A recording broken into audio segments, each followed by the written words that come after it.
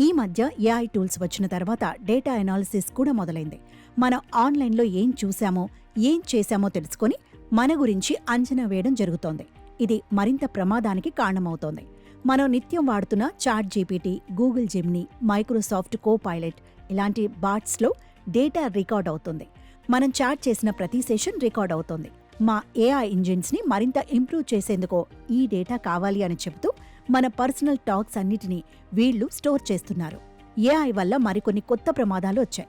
ఆన్లైన్లో మన ఫోటోలు ఇప్పటికే అవైలబుల్గా ఉండటం వల్ల డీప్ ఫేక్ ఫోటోలు, వీడియోలు తయారు చేయడం ఈజీ అయిపోయింది. ఏఐ ఆధారంగా మన బిహేవియర్ని ట్రాక్ చేసే అవకాశం ఎక్కువైంది.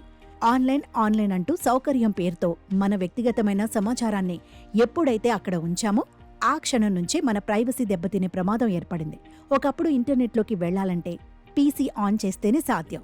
స్మార్ట్ ఫోన్లొచ్చాక ప్రతి క్షణం ఆన్లైన్లో ఉంటున్నాం. అంతేకాదు, ఇప్పుడు ఇంట్లో ఉండే స్మార్ట్ హోమ్ డివైజెస్ ప్రైవసీకి మరింత భంగం కలిగిస్తున్నాయి. అలెక్సా, గూగుల్ అసిస్టెంట్, సిరి ఇలాంటివన్నీ మనం మాట్లాడిన మాటల డేటాని కూడా స్టోర్ చేస్తున్నాయి. ఇక ఉచితం అన్నది మరో ప్రమాదం.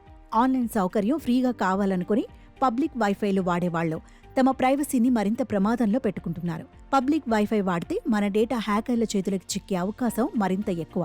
మ్యాన్ ఇన్ ద మిడిల్ అనే హ్యాకర్లో మన డేటాని చదవగలుగుతున్నారు.